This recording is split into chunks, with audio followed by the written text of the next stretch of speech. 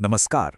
कभी सोचा है कि एक ही दिन, जी हाँ, एक ही दिन कैसे दो बहुत बड़ी घटनाएं एक साथ हो सकती हैं? आज हम एक ऐसी ही अद्भुत कहानी जानेंगे जिसमें एक तरफ तो देवता जाग रहे हैं और दूसरी तरफ एक बड़ा ही दिव्य विवाह हो रहा है। तो आज की हमारी बातचीत का सफर कुछ ऐसा रहेगा।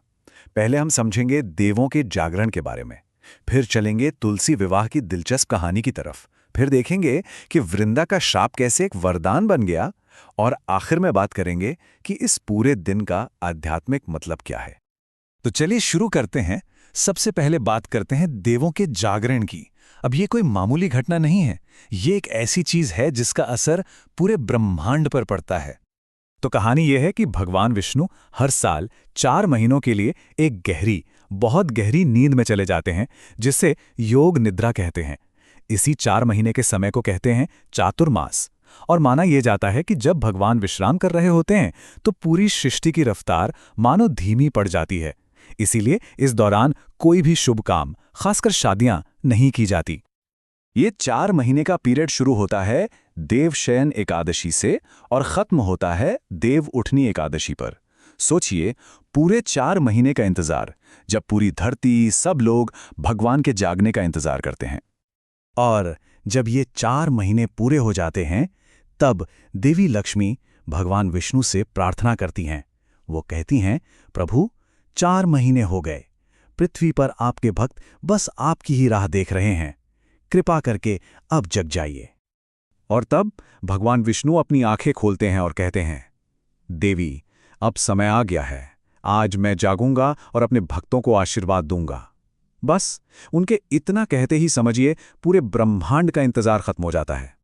भगवान विष्णु का जागना ये सिर्फ नींद से जागना नहीं है, ये एक तरह से कॉस्मिक रीसेट बटन दबने जैसा है।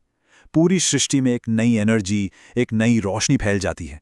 जितने भी रुके हुए शुभ काम थे वो सब फिर से शुरू हो जाते हैं। मतलब अच्छा समय वापस आ जाता है। लेकिन यहां एक बहुत दिलचस्प सवाल खड़ा होता है कि भाई, जिस दिन भगवान विष्णु जाग रहे हैं, ठीक उसी दिन एक इतना बड़ा दिव्य विवाह क्यों? इन दोनों कहानियों का आपस में कोई कनेक्शन है क्या? बिल्कुल है, और इस सवाल का जवाब हमें मिलता है तुलसी विवाह की कहानी में। तो चलिए अब उस कहानी में चलते हैं। ये कहानी है एक बहुत ताकतवर असुर राजा जालंधर और उसकी पत्नी वृंदा की। अब ये जो जालंधर था वो कोई मामूली असुर नहीं था। वो इतना पावरफुल था, इतना अजेय था कि देवता भी उसे हरा नहीं पा रहे थे। और दूसरी तरफ बेचारे देवता उसके बढ़ते हुए अधर्म से बिल्कुल असहाय और परेशान हो चुके थे। तो सवाल यह है कि जालंधर की इतनी शक्ति का राज क्या था? कोई दिव्य हथियार नहीं, उसकी ताकत का राज थी उसकी पत्नी वृंदा की अटूट भक्ति और पवित्रता, जिसे कहते हैं सतित्व।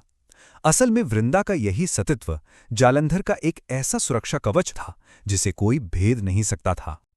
अब जब देवताओं ने सब कुछ करके देख लिया और कुछ काम नहीं आया, तो वो सब हार कर पहुंचे भगवान विष्णु के पास। उन्होंने विष्णु जी से प्रार्थना की कि प्रभु, अब आप ही कोई रास्ता दिखाइए इस अधर्म को रोकने का। और अब कहानी एक ऐसे मोड़ पर आती है जहां धर्म को बचाने के लिए एक बहुत बहुत मुश्किल फैसला लेना पड़ता है। और यहीं से कहानी में एंट्री होती है वृंदा के श्राप की। उस सुरक्षा कवच को, उस सतीत्व को तोड़ने के लिए भगवान विष्णु ने जालंधर का ही रूप लिया और वृंदा के सामने पहुंच गए। हाँ, ये एक छल था, पर एक ऐसा छल जो धर्म की रक्षा के लिए शायद जरूरी हो गया था। और जैसे ही जिस पल वृंदा का वो पतिव्रता धर्म टूटा, ठीक उसी पल दूसरी तरफ युद्ध के मैदान में जालंधर की हार हुई और वो मारा गया, क्योंकि उसकी शक्ति का जो सोर्स था वही तो खत्म हो गया था। जब वृंदा को यह सच्चाई पता चली कि उसके साथ कितना बड़ा छल हुआ है, तो सोचिए उसके दिल पर क्या बीती होगी। दुख और गुस्से से भरी हुई उसने भगवान विष्णु को श्राप दिया, हे विष्णु, आपने मेरे साथ छल किया है, आप भी पत्थर बन जाएंगे। लेकिन कहते हैं ना, हर अंत एक नई शुरुआत लेकर आता है।